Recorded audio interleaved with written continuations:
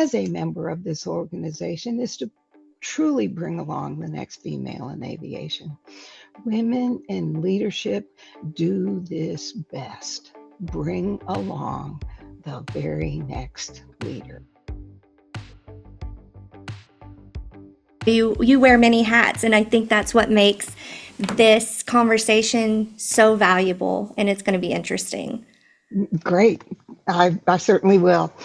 I met Brittany, who is the one that put us into, or put me anyway, into contact with this wonderful organization, the Women of Corporate Aviation, which is a great organization. I've learned quite a bit about it by surfing the website. I guess a 32-year-old international organization. But Brittany and I met through a mutual friend.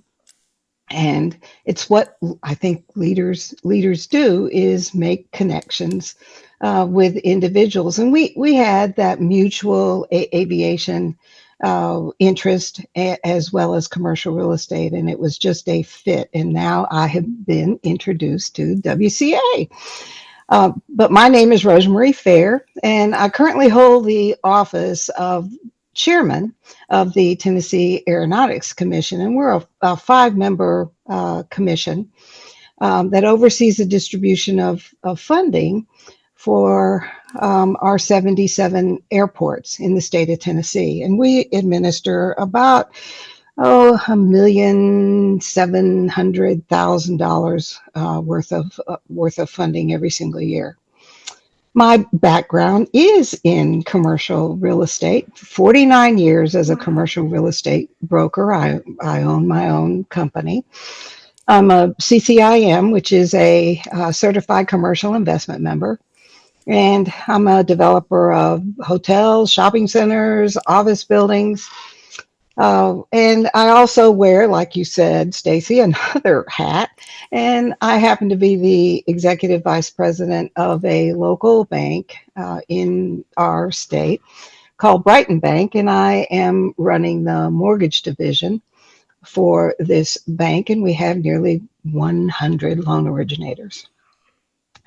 I've served on various boards, served as chair of the Women's Foundation for Greater Memphis, another charitable organization like your organization is.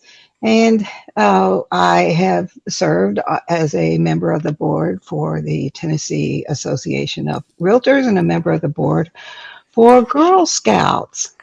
And our Tennessee real estate, our Tennessee Aeronautics Commission is made up of individuals from diverse backgrounds. I happen to be the only female of our 5-member commission, and 3 of the members own airplanes and are pilots. We have one lone me as a female, but they are diverse. One is an attorney, one is a retired owner of a airport's project engineer, and we have someone that owns a highway paving company. My role and what I bring, to the table is the real estate side for new developments, private, public partnerships, return on investment, ground leases, all things commercial real estate, and advocacy. We probably are just a little bit behind on advocacy in aviation, and it did need a little bit of help, on which I've been able to contribute. I'm so inspired by all the things that you've accomplished, your success, and really your heart and your contributions, I think, is a beautiful thing. What drew you to aviation? Well, being in commercial real estate, I'm in a business that attracts smokestacks to my city and my county, and the companies certainly look at the advantages of locating their plant, their industry, their company into a particular area. And we have a lot of advantages in Memphis, Tennessee. We have the four R's. We have railroad, runway, roads, and the river. I love it. And we have some of the very, very best water in the country, and we have no state income tax. So as one attracts a company to come see our wonderful city called Memphis, guess what their first stop is? Their first C is the airport. And Nisha Powers and I served on the Women's Foundation for a Greater Memphis as co-chairs for a number of years. And she was just completing her term as a commissioner for the Tennessee Aeronautics Commission. And through our relationship of 11 years, a very close relationship of 11 years, she saw my ability for advocacy and certainly commercial real estate to be able to contribute to Tennessee Aviation. And so she made a recommendation, and I then interviewed with the director of the Tennessee Aeronautics Division, and then later with several other candidates, interviewed with a staffer with the governor's office. And it seemed to be a good fit for Governor Lee, and I was appointed for a 5-year term.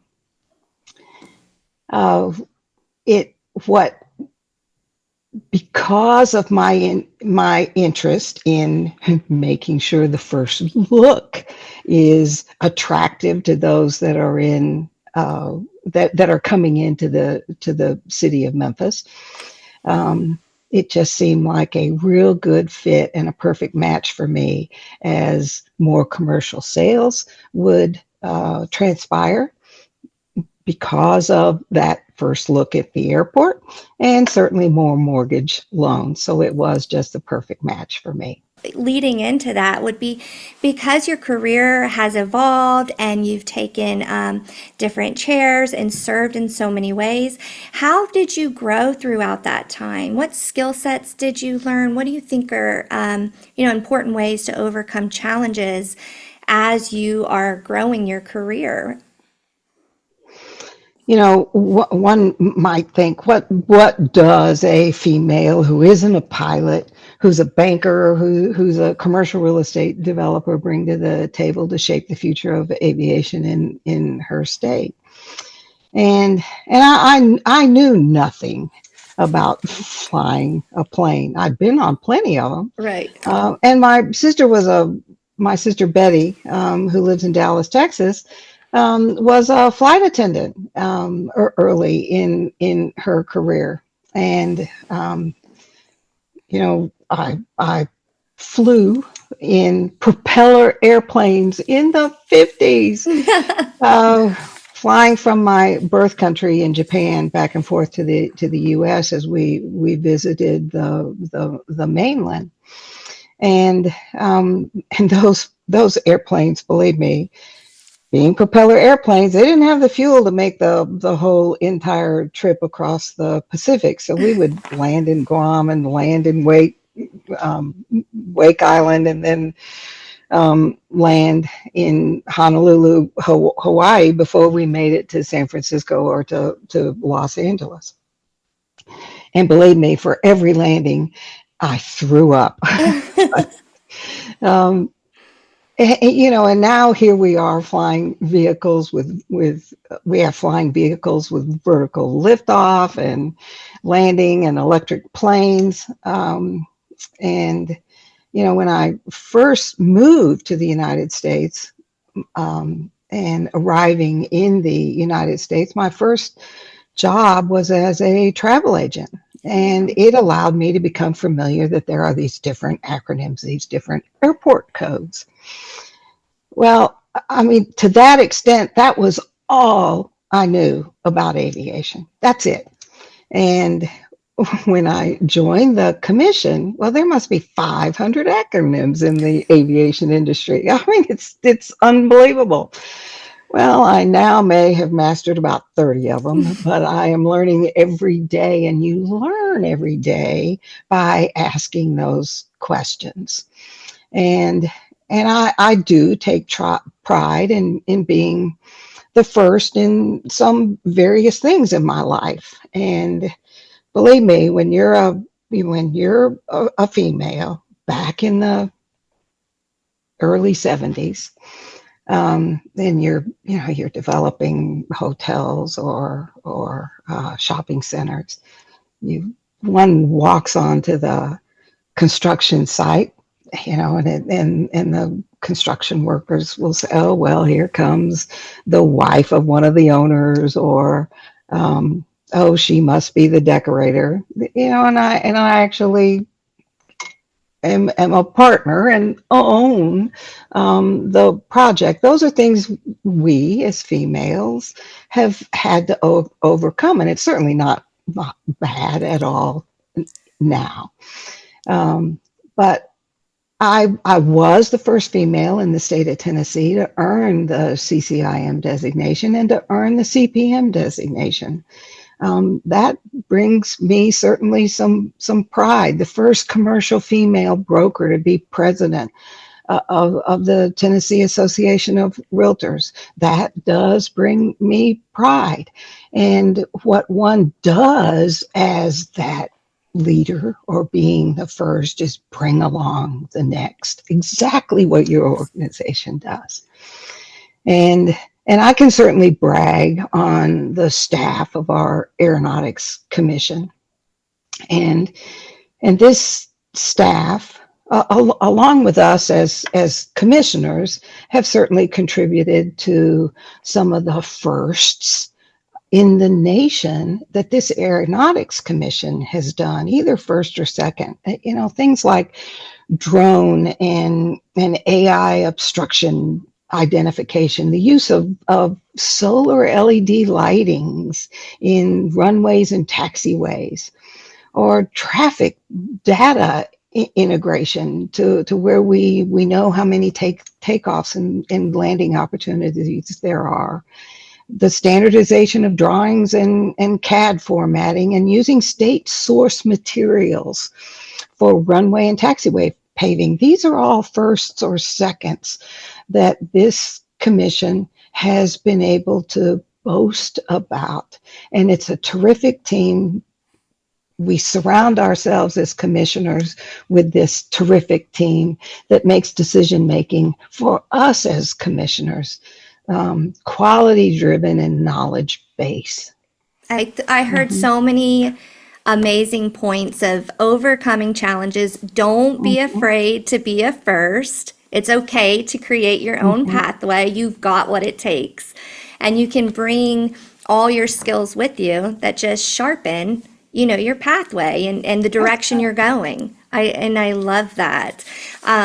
So I've got, and really, I think you hit that when the next question, which is looking to the future and how you hope that women continue to contribute, men and women to contribute to the future of aviation and corporate aviation, and especially in places like leadership, infrastructure, and strategy. I think those are all important. We talk a lot, obviously, as we should, about the pilots and the flight attendants, and they're amazing. But also, there's roles like yours that are incredibly important. They are. All things infrastructure have to be improved. They have to be maintained, replaced with state of the art and safety in mind. And you don't have to be that pilot. You don't have to be the flight attendant to be considered part of aviation. Women can be engineer consultants in designing these improvements. They can construct and design terminal improvements, ordering the FF&E, which is the furniture, equipment, and furnishings in an airport, putting in uh, restaurant and doing leases in airport terminals for shops, uh, and fast food institutions in these airports. They can construct and design terminal towers. You can be an airline mechanic. You can also teach pilot lessons. But better yet, everything in aviation takes money. And it is important to to advocate for these funds, to increase the budget, the state budgets in your local states, to increase the budget for aviation. It is so important to grow the state and thereby growing the amount of monies that are allocated for budgets. So be a lobbyist. All things aviation, and be on that hill and lobby for those funds to help aviation grow. Awesome. Thank you so much. Well, now we're going to move into what I've named the ramp roundup. Just a little 60-second, a few quick questions that I thought were fun. Okay, what is your favorite part about visiting different airports across your state? I have got to say is notifying the tower that please stop all air traffic control and driving down that runway in an SUV as we inspect the new paving that has just been completed on the runway. That is absolutely fun. And climbing behind the wheel of a brand new $1.2 million new aircraft rescue firefighting truck. Oh my Awesome. goodness, that is absolutely fun. That's amazing. Yeah. See, and your role, just to other women can see this, how much fun it Mhm. can be. I love that. Okay. What is one habit or mindset that helps you lead effectively in the aviation space that you're in? And like I stated before, you don't necessarily have to own a plane or know to fly to be able to contribute to aviation. What it is that you do can be a perfect fit in aviation. Keep asking the questions. I agree. That's awesome. Okay. This one's fun. Okay. What's your best view, a sunrise or sunset at the airport you're at? Oh, that's an easy one. Definitely the sunset. Do you know what it's like to be able to get to the airport for the sunrise? You have to get up at 2 o'clock in the morning, get dressed, fix your hair, put on your makeup, get to the airport an hour before the flight. Absolutely not happening. That's so true. Not I was in the so morning. stuck. I couldn't, but you sold me. That's right. Okay, do you have a quote or a phrase that you've just lived by or it stayed with you and served you well throughout your career? This is a Japanese word that my Japanese mother used throughout our whole growth that my sister and I had growing up in our family, and that word is wa. It is spelled W-A, just a very simple word, but it translates a whole lot as it relates to the Japanese culture, and it translates as harmony. And it's a cultural concept that the Japanese people abide by, and it builds their character and their culture, and it is harmony over self-interest. Thank you. That's awesome. So, our final question is just to inspire our viewers. If a young woman asked you how she might contribute to aviation, even if she isn't sure where to fit in, what would you tell her? Take the flying leap. You don't know what you don't know. Right. And our aeronautics division has a $300,000 grant and scholarship budget for those that might that might and have an interest in aviation, and apply for one of those grants. That there could be grants within your own state division in your own local airport authority where those grants might be available. Find a mentor. perhaps somebody within this particular organization of women in corporate aviation, that's what you do. And your passion as a member of this organization is to truly bring along the next female in aviation.